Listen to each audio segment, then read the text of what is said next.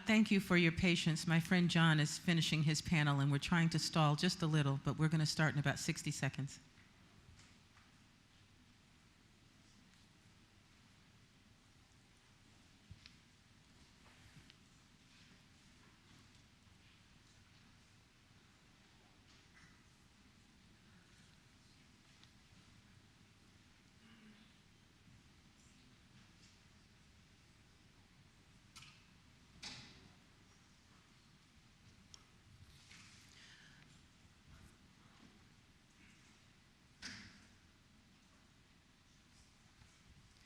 Good afternoon.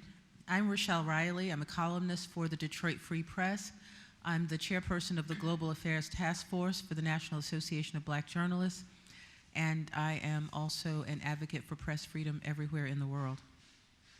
Our panel seeks to answer two questions. Is journalism failing us?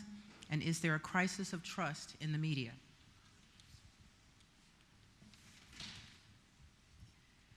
This is not a panel about President Donald J. Trump.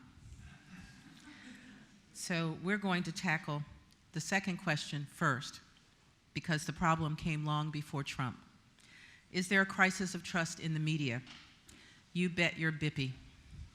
If you're not old enough or haven't studied American comedic history, that's from a show called Laugh-In from a long, long time ago, and it means absolutely. The 2017 Edelman, is this not working? There it is. Oh, go back. Okay. The 2017 Edelman Index, a poll completed by a well-known public relations company that measures attitudes, showed that for the first time, 3/4 of the 28 countries surveyed were categorized as distrustful of government, business, media, and non-governmental organizations. Yep, 75%. But it gets worse. Marty? Go back. Oops. I'm Marty Steffens. I'm on the IPI board, and I'm a professor at the University of Missouri. Use your mic. And I'm a professor at the University of Missouri, which was often considered the world's first school that's defined by journalism. But if you look at these countries, what's really stark here is the black numbers are declines. In 2016, we had some record highs post-recession in confidence, and clearly there's something been happening in 2016 that lowered a lot of trust. One can think about Brexit, one can think about other issues within the European Union, and certainly in the US presidential election. But what I want to point out to you in particular is there are only 3 countries in which there's a predominance of trust. And it's China, where there's great press restrictions, India, and Indonesia. China even has had a decline in the trust in the media, but you can kind of see the negativity before. The lowest is Turkey, and we know what's happening in Turkey. Hi. Simon? Hi, I'm Simon Kerbursk. I'm an editor at the German weekly Die Zeit. Here in Germany, we see a lot of similar developments that are unsettling concerning the trust in media, and although they may not be as pronounced as in other countries and as in the US, but I wanted to show you these just 2 slides real quickly. I apologize that they are in German. The left one is the more general question: do you trust in the media or not? And it's from a recent poll in Germany. And numbers differ a bit from the earlier slide, but it's a slight majority that says, well, in general, I trust the media; they are trustworthy. But I think what's important to point out is that if you look at the different media branches, then there are huge differences. So this is on the right. On top, there's public radio and broadcasting stations, and also daily newspapers, which gain a lot of trust. And then at the bottom, there's the internet in general, and the tabloid or yellow press, which have really bad trust ratings.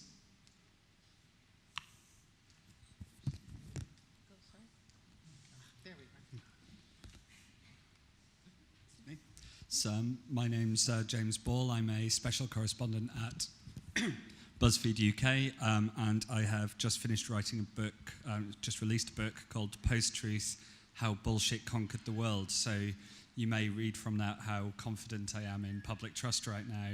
I mean, in the UK, we've been sort of having a crisis of trust in journalism since long before it was cool. Journalists in the UK are less trusted than politicians, bankers, and estate agents. But the sort of current climate in the UK is to worry about Facebook and fake news rather than what's spreading in the attitudes of and towards bigger, more established players. And I think that's actually where the action is for us. And in the United States, all hell broke loose. Mistrust of media that had already existed exploded with the arrival on our political scene of Donald J. Trump, a celebrity apprentice and a businessman who has changed the face not only of American politics, but of global culture. News organizations, old and new, large and small, print and online, broadcast and cable, assign reporters armed with the most sophisticated polling data and analysis to cover the presidential campaign. And almost all of them assumed that Hillary Clinton was just weeks away from the presidency. To some conservatives, Politico reported, Trump's surprise win on November 8th simply bore out what they had suspected, that the Democrat-infested press was knowingly in the tank for Clinton all along. Trump stepped up the Twitter wars that began as a candidate and went to war with the media and everybody as president. His tweets before being elected were salacious and unguarded. His tweets after being elected have been salacious and unguarded, and vicious and dangerous toward the media. Marty? Oh, we're going to move the next slide. So Gallup for the last 20 years has been surveying trust in media. And so this is the survey by the end of 2016. As you see, there's been a sharp drop since 2012 in terms of the trust in the media that kind of coincides with a lot of rise of internet and fake news. And one of the things that's really clear is as media has become more partisan in the United States, a lot of Americans have an echo chamber. And in fact, surveys show that they're much more likely to disbelieve media that they don't agree with as part of the same survey. And for the first time this year, in other surveys, it's shown that people are much more likely to trust the credibility of a friend, which of course has social media implications, than of experts. On this chart, you'll see the particular divide along race lines as well as age. Younger people are much more likely to trust the media.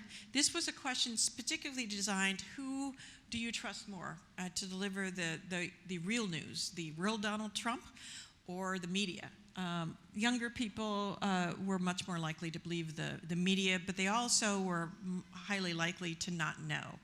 As people got older, the lines began along political identification, with Democrats far more likely to trust the media than Donald Trump himself. So, and whites far outpaced non-whites in terms of trusting the media. A particular note is the party lines. You saw that if you this was a question about the role of the press. And while they don't particularly ask about whether or not the press is a watchdog, they ask the question about whether or not it's to keep political leaders in check, or whether it's the role of the press to watch government. So that is a watchdog question. It certainly falls in line with the press's historic role as the fourth estate. So in 2017, this survey from the Pew Research Center, which is an NGO in the United States, shows a sharp divide along that question of whether or not the media is a watchdog, of 89% if you're a Democrat and 42%, so a huge diversion of opinion among people who identify as Republicans. And that's where we'll begin our first discussion, which has to do with the crisis of trust. I want to start with our British and German panelists and ask for their reaction and the reaction of their audiences to what was seen as a shift in trust the increase in a shift in trust of the media led by what happened in the U.S. after the election? Was there immediate horror, as there was in the United States, or what was the general reaction? I've got to say it was quite muted in the UK because we had our big shock long before you did. In the summer of 2016, we voted to leave the EU against all expectations of every bit of the political establishment, every bit of the media establishment, and really everyone except for people on the political fringes. Both major political parties officially supported Remain, as did most of the smaller parties. There was really only one political party backing Brexit, no credible economist, is this sounding familiar to Americans? No credible economist, no sort of leaders. And you could tell the markets hadn't sort of priced it in. So the shock media reaction to it and the sort of shock of the establishment clearly relayed through in trust because, I mean, firstly, we had clearly been missing a large part of the country. We just hadn't been talking to them or with them enough to take them on board. That sounds very familiar. But more than that, the sort of the Remain people, the people in there, realised that we didn't get this right. We weren't a reliable source of information during that election. And so part of the reason for a crisis of trust is, of course, people kept reading that this was overwhelmingly likely to go one way, and then it went another. And so there's not a big mystery as to why people trust a lot of the media less. It's because we got that one wrong. And I think that's probably part of what's going on in the US, but the polarization to a less dramatic effect is happening here too. Our political debate has got a lot angrier in the last 12 months, and yours started out pretty angry to begin with. Well, I think in Germany, we were also still under the impression of Brexit, or what's called here the Brexit shock in Germany. But I think what might also be important to understand the German reaction is that it actually wasn't, on both issues, both the Brexit and the election of Donald Trump, it wasn't as partisan as it was in those two countries. I mean, I think the polls, there were polls in Germany right before the election that said that Clinton would have gotten an 80 to 90% majority in Germany. And also the media landscape in Germany is not that partisan among political lines as it is in the US. So I think the overall reaction was, shocked that somebody like Donald Trump could be elected. And also, again, a somewhat unsettling situation that the predictions all called for something else. So with a number of important elections ahead in Germany, this was also for the media posed a lot of questions. But I think the overall overlaying concern was, what is this man going to do to the world? And the second one also, which is from a German perspective also always interesting if you look at the US, is this somewhat a glimpse into the future? Because the American pop culture basically has such a huge influence on German pop culture, and a lot of time we see that trends that appear in the US, that they come to Germany after a while. So when we look at this and we look at the media landscape in the US that was hit by digitalization a lot earlier than the German media landscape was, there was a lot of concern if also this kind of losing the trust in your readership, the situation that we saw, and this great divide in the media landscape, that this might also come to Germany, even if not as pronounced as it is in the US. Is there anything that has happened before that can give us some type of lesson for how to deal with this now? I mean, before Brexit and just anywhere in history. Marty, are you aware of anything that can bring us some clarity? Well, certainly distrust in institutions is a cyclical thing. And one of the things that we are seeing around the world is fear. Fear fueled by terrorism, but also closer to home, you see the effects of globalization, pace of innovation, eroding of social and moral values, all have a tendency to stoke fear. You fear the future. And fear is a twin with distrust. So you begin to distrust business, government institutions, non-governmental institutions, and of course the media as 4 different things. And so we've certainly seen in our, in history, certain times when that has been low. And one of the things that we hear a lot of in the United States is the term drain the swamp. And that's a kind of a sense that kind of boils up, and you heard it too in Britain, of everything is happening too fast, we don't understand it, so let's just kind of get rid of all of the corruption that we see that's caused by things that we don't understand. Let's stop, take a pause, and stop the world from moving so quickly. Americans, just particularly in the part of the country that Rochelle and I live in, which is what we call flyover states, feel left behind. They are conservative. And media in these areas is not exactly unilateral either. There's conservative media and the like. So,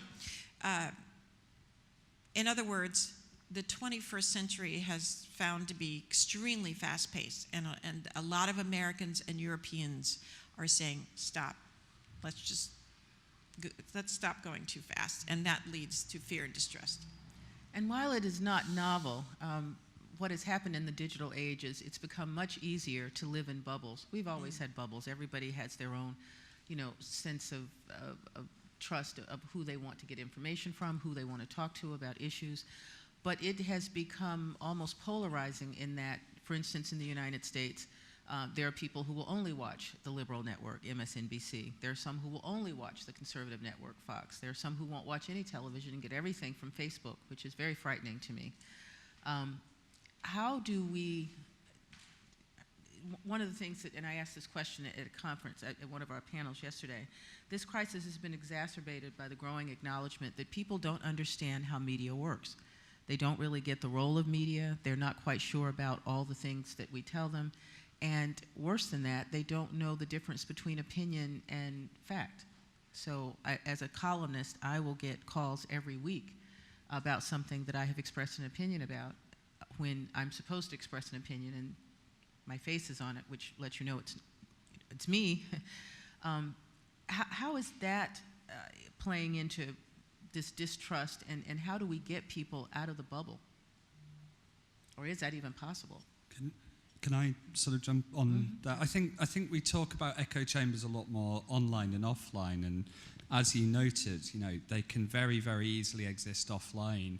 If you live in a small town and everyone watches Fox News in it, you are in far more of a bubble than someone online is. I think I come from a country where our newspapers are really quite partisan. If you only bought one newspaper a day, as most households did, you are in a very strong bubble.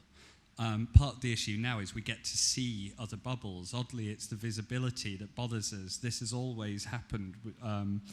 There's dangers around accelerating it, and there's dangers around the way we can now all produce things to feed into them. But actually, as being in little bubbles, I think is long-standing. It's that online you get to see the bubbles you disagree with and get angry at them. And maybe that then pushes us further apart and polarizes us more. I think part of the challenge is we in the mainstream, we've got less good at explaining our norms. I think lots of things on how we write and lots of things of our good practice, actually the audience don't understand at all.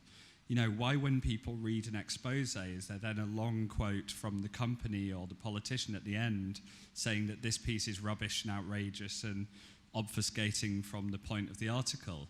It's because that's legally and in most journalistic sort of outlets ethically the right thing to do. Our audience don't know that. We assume really sophisticated media literacy that isn't there. And the last sort of effect of that, and what we're seeing in the UK, we're tracking stories on our general election, what's actually being shared. And there is virtually no fake news at all. What there is really hyper-partisan content, sort of saying that there are conspiracies around how the Conservative Party is funded, that the pollsters are secretly editing down Labour's share, that Jeremy Corbyn is on course to win. It's really hyper pro-left that really works in our country at the moment. Little bit like really pro-Trump sort of stuff worked. But these people like these stories because they're energizing, they're biased, they're partisan. And our stuff, you know, our measured things are quite flat in comparison. And so we obviously don't want to just degenerate into a shouting match, but we do have to think, you know, part of our job is telling stories, and we are being out-storied. I like that phrase, out-storied.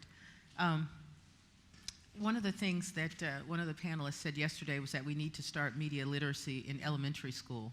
We need to start training children on what the media is, its role, connection to the government. Do you think that would help?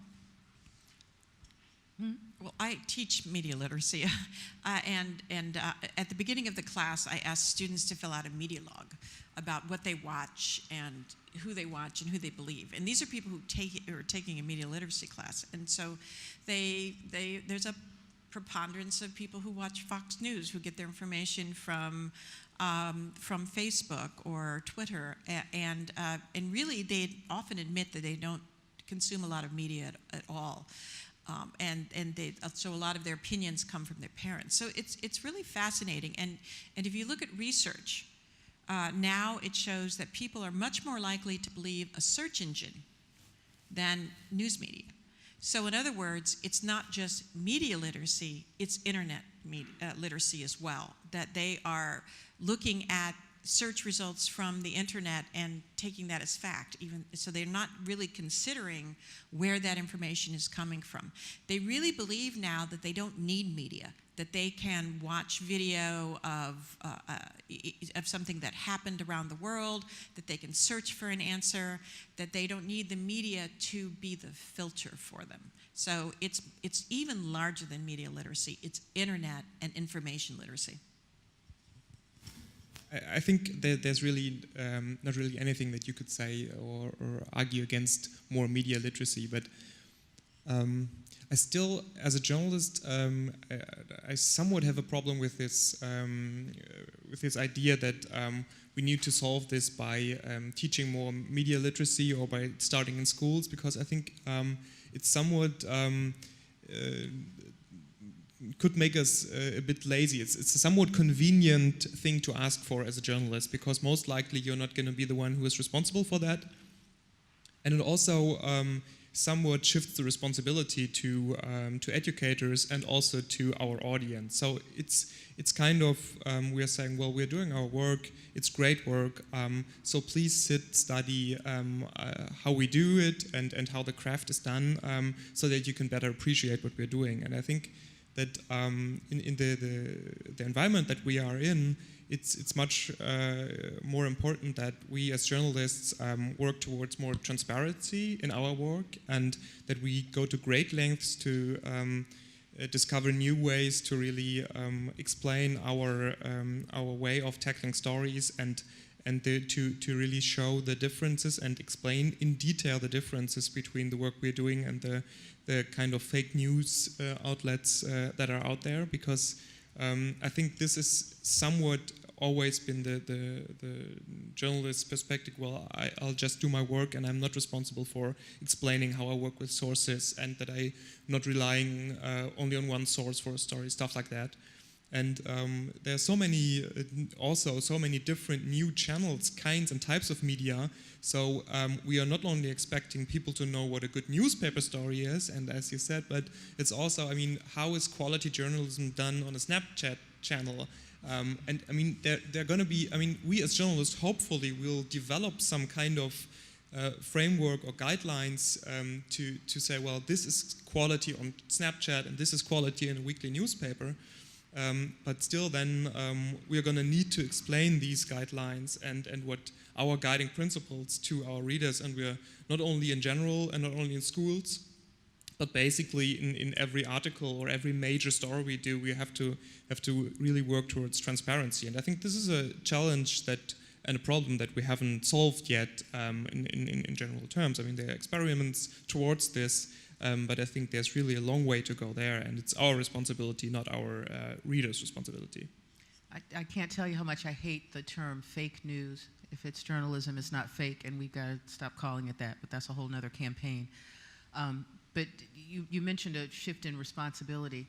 One of the most horrifying announcements that I heard in recent weeks was Facebook deciding to try and figure out an algorithm to identify fake news, which means they think people are either ultimately most lazy in the world or that there really is no other way to do it. And that, I think, is what gives rise to this idea that we need more media literacy, or at least making sure we don't assume what people know or what they think they know about news and journalism. What have been some of the typical fallouts from a distrust of media? And you can use a personal example or something that you're concerned about that we want to solve in our next portion of the conversation. But what is the greatest, well, besides the election of Donald Trump, what is the greatest horrible thing that comes from this distrust? Where are we headed? I mean, we're sort of seeing the breaking down of any kind of sensible public debate, because when half the country hates the other half and is talking about how they're corrupt and idiots, there's no space for honest disagreement, and everything is about corruption or your corporate owners or your and like the most immediate contact I've had with it recently is there was a theory that the bank HSBC was, through a middleman, secretly funding the Conservative Party, which explained the bank's influence. The bank does have a lot of influence. And this had been going round on sort of some hyper-partisan left-wing sites, and it eventually got a couple of MPs commenting on it and writing to the Electoral Commission to say, should this be investigated? And at this point, this has stopped being something worth ignoring. Hundreds of thousands of people were reading it, they were sharing it, parliamentarians were looking at it. And people were going, why isn't the mainstream media reporting this? So I looked into it and went into a good deal of detail, read every sort of charge, that mortgage that the company had taken out, all of it. There was nothing to the story. It just absolutely did not stand up.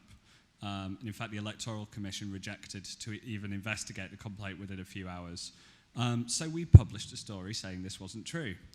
And this is now about 2 weeks later, and I'm still being called an HSBC shill. They found someone in a different branch of Buzzfeed who I've never met or heard of, once worked for a company that had an advertising contract with HSBC, so we're in the pockets of it.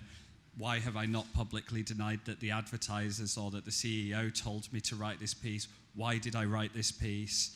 I've been called an HSB shill more times than you like.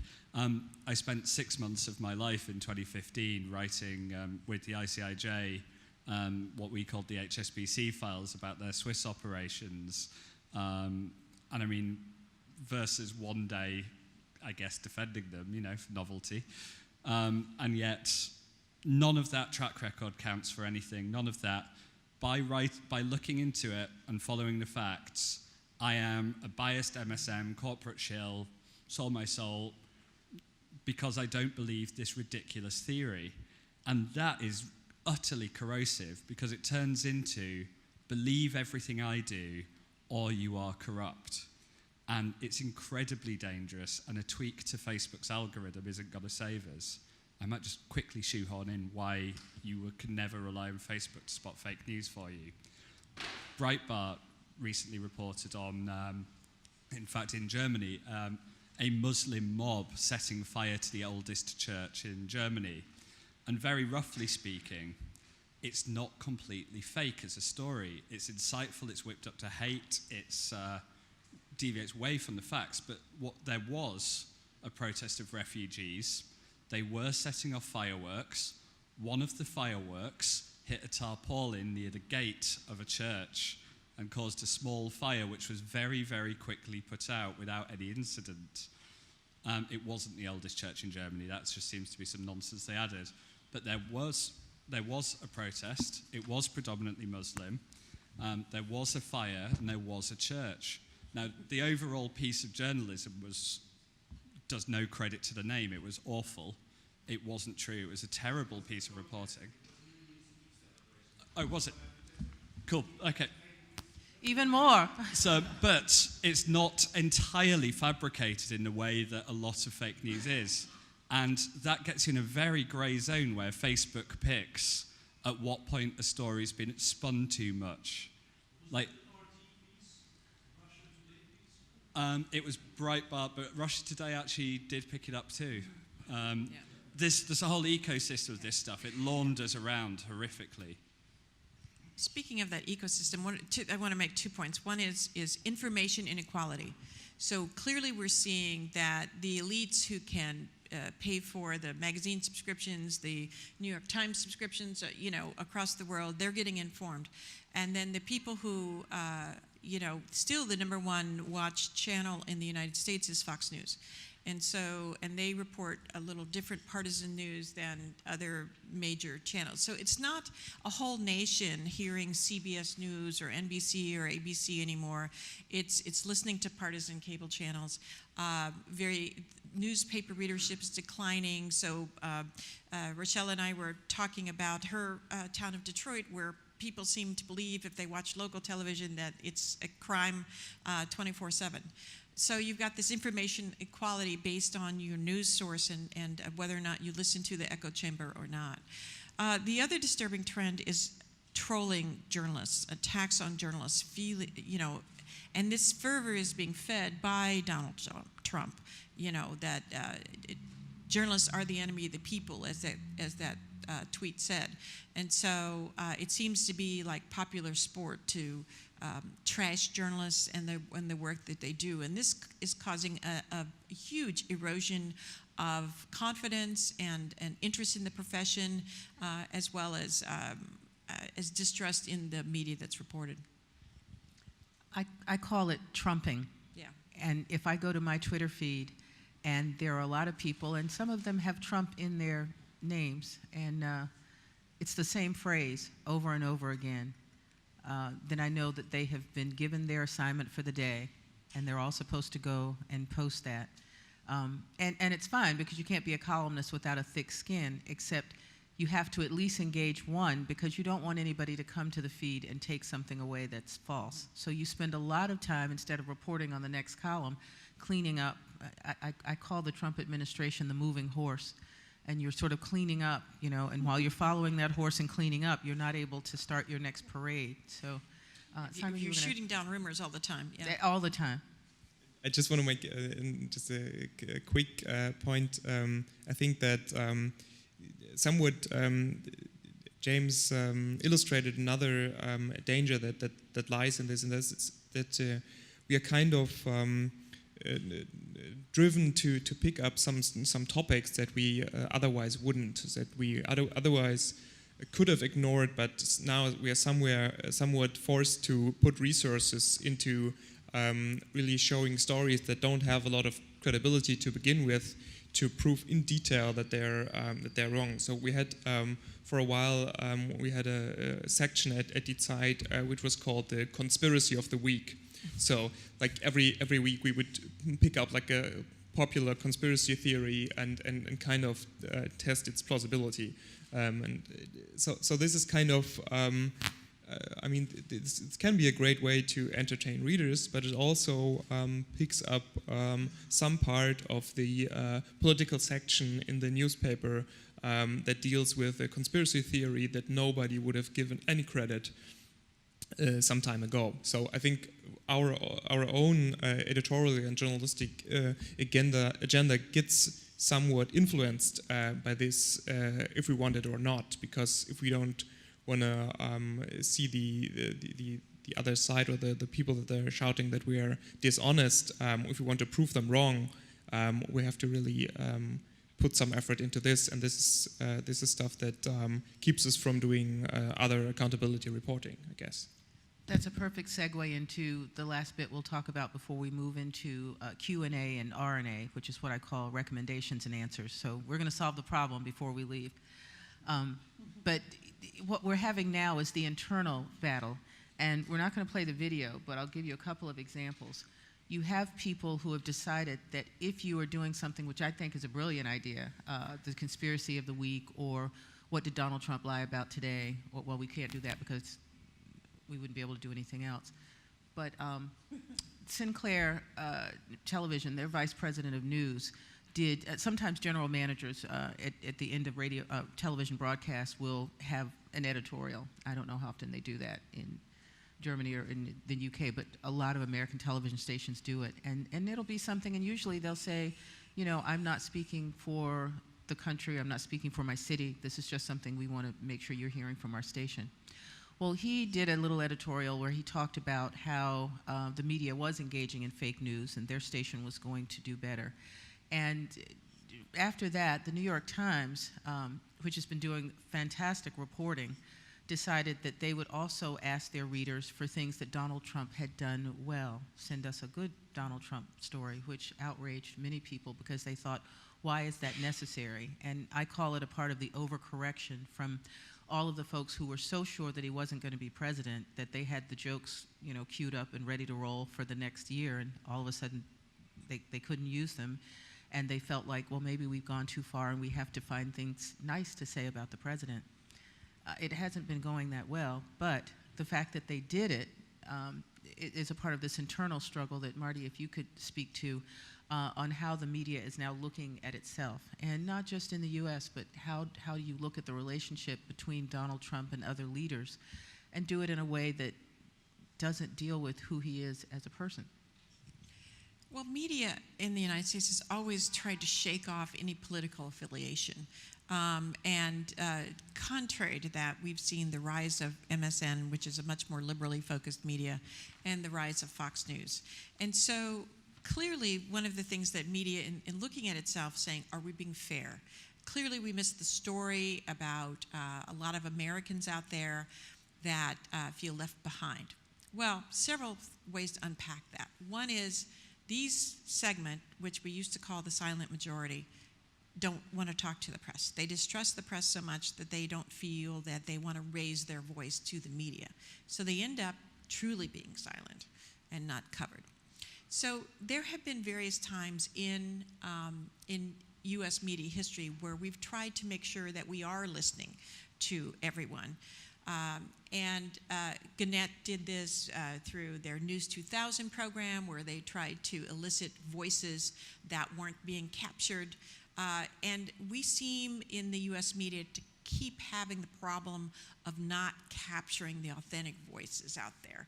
And it's only accelerating as we in the media have had far fewer resources. So we don't have as many reporters on the ground. If you look at most American middle of the country newspapers, they're down to a third of the staff, whether it be the Los Angeles Times, the Detroit Free Press, or the Dayton Daily News, or the Indianapolis Star. Their staffs are a third or even 25% of what they were before. So the effort to take a little bit more time, seek out voices that aren't being heard, ends up in news coverage that is one of access. So who's out there talking and ready to be accessed? Well, certainly the loud voices on social media, let's quote them. Certainly people who hold press conferences, let's quote them. And so those unknown voices of people, whether they be in Britain or Germany, who don't normally speak to the media, aren't being captured. And now our second task was to answer the question, is journalism failing us? And when I first got this assignment from IPI and I looked at it, I thought it said, is journalism failing the US? But it wasn't about the United States, it was about all of us, and I said, thank goodness. My answer would be resoundingly no, but now I hope the panel can help me convince you and we can convince ourselves that we are a long way from being finished. I don't want people to think, as I heard a little rumbling about earlier today, that because of what has happened with our election, that the United States is not a powerful presence that will fight for freedom of the press. It's only been 100 days, folks, so it's not over yet. So let's begin with the New York Times, and Marty's going to speak to aggressive journalism and revenue. Well, clearly we've seen that there have been certain times in history when there's political uncertainty. And when there's political uncertainty, people do want the latest news. There's been kind of a fixation in the United States, as well as here in Europe, on that latest breaking news alert, right? Something new has changed, has happened, the very definition of news itself. So that means you do need to stay on top of what's happening, not only if that affects your investment, but perhaps that affects your life. Can I travel to Europe? Can I, what's happening with school funding? So much is changing that we've seen a rise in circulation, particularly among national media. We call it, unfortunately, the Trump bump. So, and not the market Trump bump, but the newspaper circulation Trump bump. This week, the New York Times reported increased results. Devon, have you seen an increase in subscriptions from the Los Angeles Times post-election? Oh, is Devon not here? Okay, Devon, you're over there, sorry.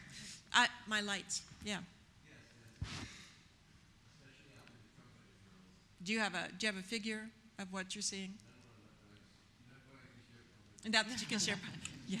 But the bump counts. Yeah, the bump does count, and I'm sure it makes you, feel a little bit more. Huh? After the Trump editorial, many thousands of subscribers signed up. Yeah. Anyway, so we are seeing. And you should keep the mic out there because we're getting ready to move. The Washington Post, the New York Times.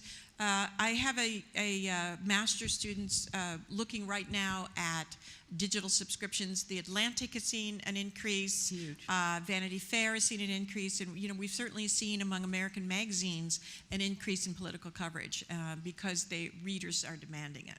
Now, I must admit some of that can be a bit partisan, but Absolutely. So, Who has? Let's move to questions and then make that point as we're going. Who has questions or recommendations? Questions? Anyone? Yes, sir. Andy. Well, I have several because I think over the last 3 days, most of the discussions that I've been at have been energizing, but this one is kind of distressing. Because I don't know, not sure why, but because I don't know why we think we're in a crisis. How do you get people to come to you if they choose to get their information from wherever they get them? And I don't see that as a crisis. If we say that, I want to see how we could debunk this idea about the image of predominance when we say that Fox is the #1 channel seen in the United States. Isn't that because there's one Fox as opposed to you have dozens of CBS, NBC, ABC, Bloomberg News, public PBS, and if you add up all the viewers of those, won't they be more than Fox? I'll leave it there for now. I have some other questions, but let's talk about that. well, indeed, and I think people do at times get from multiple sources as well. But I think what Fox has brought to the table that I think some people have been concerned about versus CBS, NBC, PBS is that they blend news and opinion much more than other channels. I must say that MSNBC does this as well, but not to the same level that Fox News does. It's also not just numbers, but it's the idea that a U.S. president has a television channel. That means he can go on Fox at any time, or his policies can be on Fox at any time as truth. And so there's a concern that people are being fed information. And again, people can choose, you're right, but unfortunately, when we're trying to figure out a way to, as James so eloquently put it, find space for debate, it's impossible to do that if you can't create that space. So. I've never, in my lifetime, the protests against President Trump for the weeks after his inauguration, from the day after his inauguration, I've never experienced that, not only in the United States, but probably in any other country in the world.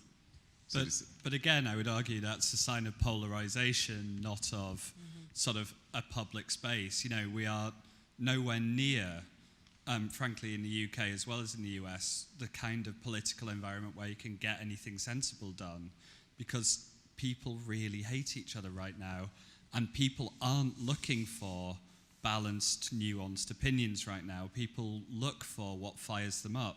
If you look for what people are actually reading and actually sharing, it isn't the really good takes, it's not the really good reporting, which the New York Times and Washington Post in particular are really doing. And one thing as well, just to sort of throw a slight note of caution on what is a very promising set of circulation bumps, the New York Times still overall went down in revenue in its last quarterly results, even with its huge bump. What's happening as well, all the systemic economic problems we were having already are still going, and this new Trump bump hasn't fixed them. And so coupled with a trust crisis as well, I think the one thing we can't be doing is just going, the status quo is okay, we just keep doing what we're doing and things will be fine. I think it's not time to go, oh well, game over, we've had it. But I think if we don't look at this as something troubling now, we'll really, really quite quickly find ourselves in a very bad situation. Let's take another question. But if we take another part of your question, which is about why, this crisis, let's talk about Buzzfeed for a second. Buzzfeed was originally, as a company, chasing eyeballs, with stories. And now you've added a lot of investigative reporting and, in fact, have decided to chase credibility. Yeah, I mean, we have an investigative team globally of, I think, 20, which is one of the biggest in the world now. It's bigger than ours. We have a UK newsroom of there's about 150 UK staff now. The UK newsroom's 30 or 40. We do serious reporting, and we still do the clicks and the lists. And if that proves a sustainable business model, that's great. But why? But just take a minute and answer the question, which is why was it important to move beyond lists and clicks and move into more credible investigative reporting? I think part of it was that Jonah always wanted to build an organisation that had news in as well. But I think part of it as well is showing that you have an adult audience, and it's not just 14-year-olds there. I once had a chat with an ad buyer, just who I happen to know kind of socially, and he said, look, the traffic and the audience size and tasty is what sells BuzzFeed, but news is what gets you in the meeting. Let's get to another question if there is one. Yes. Thank you. I have a question for James. Online trolling is a really big problem, and for women journalists even more so, because a lot of the threats are very graphic, very explicit, very sexual. So is there any way to protect women journalists, and all journalists, I mean, this is not just women journalists, but is there any way of protecting journalists from this kind of online trolling? Because it takes a huge psychological toll, and a lot of the journalists, women journalists, especially the young ones that I talk to, talk about the self-censorship that they resort to eventually. This fantastic question, and I think it does, as you say, I think it affects all journalists now. The degree of abuse everyone gets is horrendous, but especially women and sort of black and minority ethnic journalists get such a degree above anyone else. It's absolutely horrific. And what I'll get told is, I'm shit or I'm posh. I don't get rape threats. I don't get sort of that kind of stuff. And almost, as you say, almost everyone I speak to ends up censoring most of what they would otherwise say and speaking less. I think one thing that we have to stop is just constantly saying, this is a problem for Facebook and Twitter. I think it is, and they have to get much, much better at dealing with it, and especially dealing with what for a lot of people isn't one particularly vile person who's crossed into criminal, but the wearing, grinding effects of lots of lesser stuff, each of which is not individually worth deleting a user's account for, But when someone's getting 50, 100, 1,000 a day, the effect of that on people is awful. And I think the networks, given that they make money off this, they have a duty to do it. But I think one incredibly important thing is moving beyond the newsroom attitude of it's part of the job, or oh well, it just goes with the turf, doesn't it? If you've got to write comment, you've got to get a bit of that. I think a lot of the people saying that are white men who just don't have it as bad, and also have never worked as writers in this environment. I think there has to be much better psychological support and HR support for people facing this. I think every newsroom should have policies in place for how they support their staff, and it shouldn't just be reactive. It shouldn't just require the person to go for help. They should be doing something to keep an eye as well. Well said. We've got a question right there. Hello, Sandy Bremner, BBC. In terms of what to do, a couple of things. Firstly, yes, we need to reconnect with our audiences, with the readers or consumers. And yes, we failed on Brexit. Who saw that coming? We failed on Trump. Who saw him coming? We need to understand those interests and reflect them more effectively in our coverage.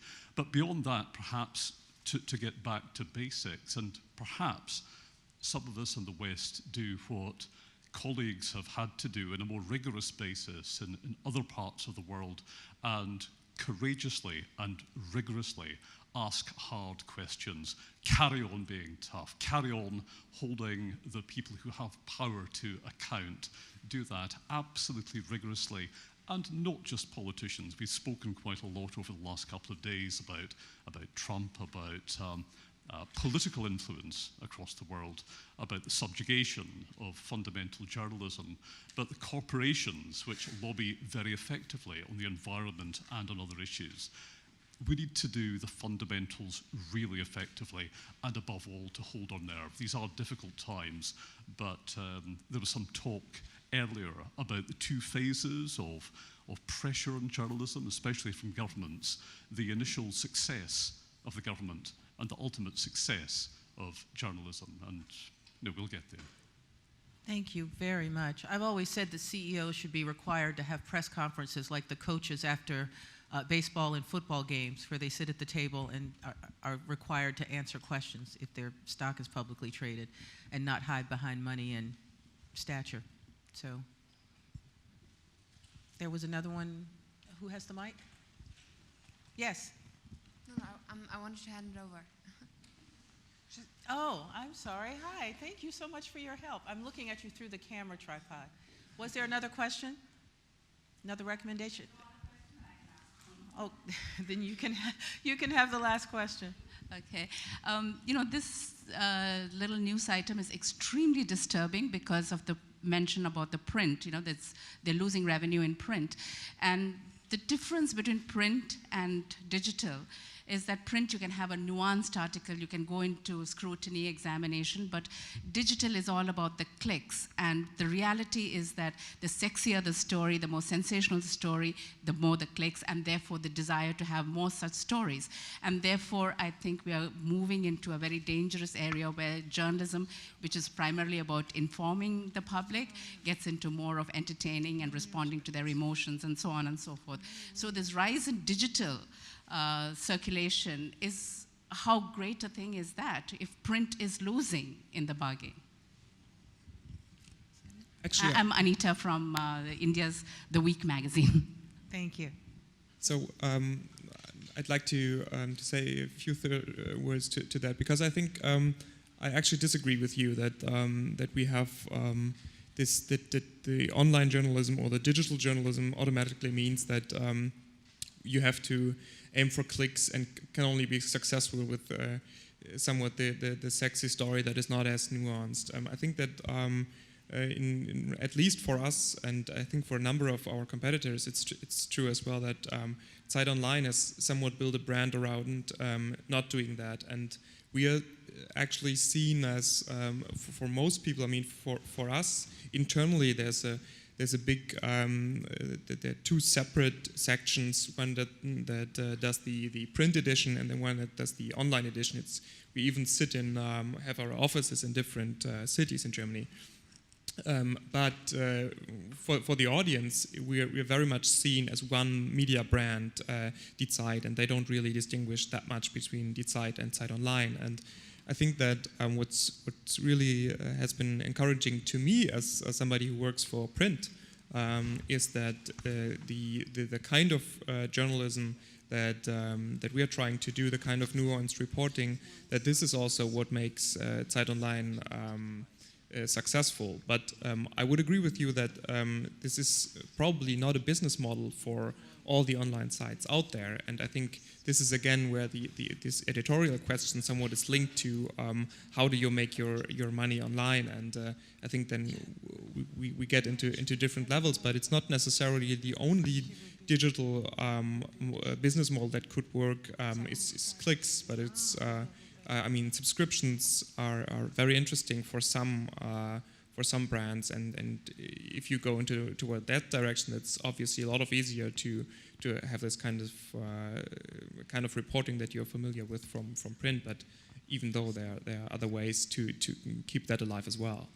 I want to thank you for that, and we have to leave it there, but I do want to say that we as journalists and as the gatekeepers and as the people who do have a responsibility to rebuild that trust, because why work for an industry or work for an institution that people don't trust?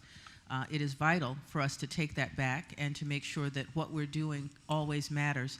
I can tell you that some of the best things that I have read have been things that have been done online and done beautifully in a way that makes sense. What we have to do is reward that. I'd love to see IPI acknowledge that coverage each year.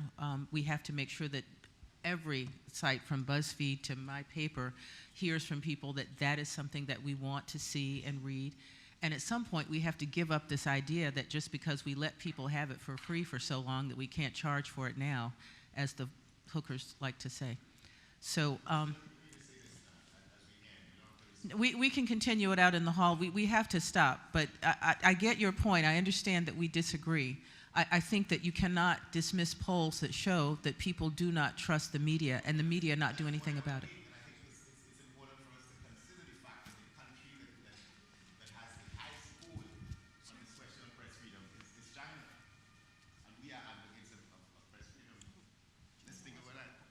No, China wasn't the highest. It was trust. This was about trust, not press free.